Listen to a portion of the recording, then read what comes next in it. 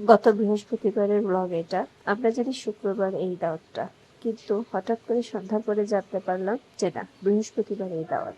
কি তাড়াহুড়া করে যে রেডি হয়েছি, সামনে যা পেয়েছি তাই পড়েছি, হালকা পাতলা রেডি হয়ে চলে এসেছি দাওয়াত খেতে।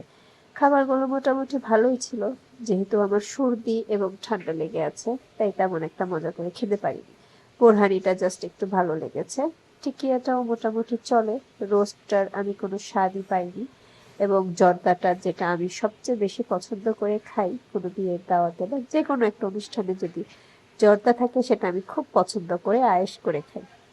সেই দিনের জর্দাটা আমার কাছে একদম বাজে লেগেছে। চালটা আরো সিদ্ধ হওয়ার প্রয়োজন ছিল, কিন্তু একদম কেমন যেন শক্ত শক্ত। রোস্ট আমি পোলাও দিয়ে খেতে পছন্দ করলেও টিকিয়াটা আমি খালি খেতে ভালোবাসি, এবং জর্দাটা আমি খুব আয়েশ করে রেজালা দিয়ে খাই।